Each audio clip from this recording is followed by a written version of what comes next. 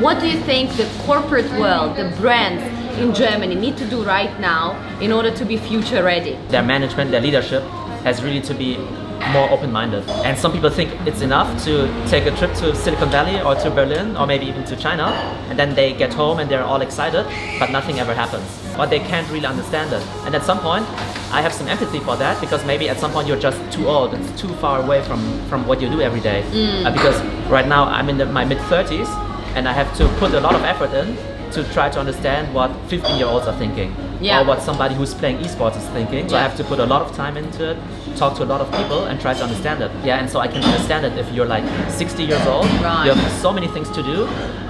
Maybe you can understand it on an intellectual level, or you read some reports about how esports is the next big thing now, or influencer marketing is kind of big.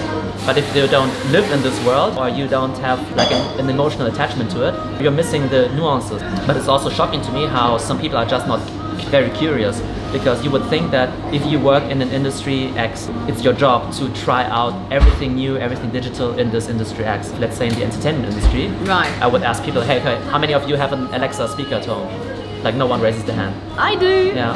Or people working in supermarket industry. Hey, how many of you are ordering on Amazon Prime Now or Amazon Fresh? No one does. And it's like kind of shocking, because that's what you're supposed to do.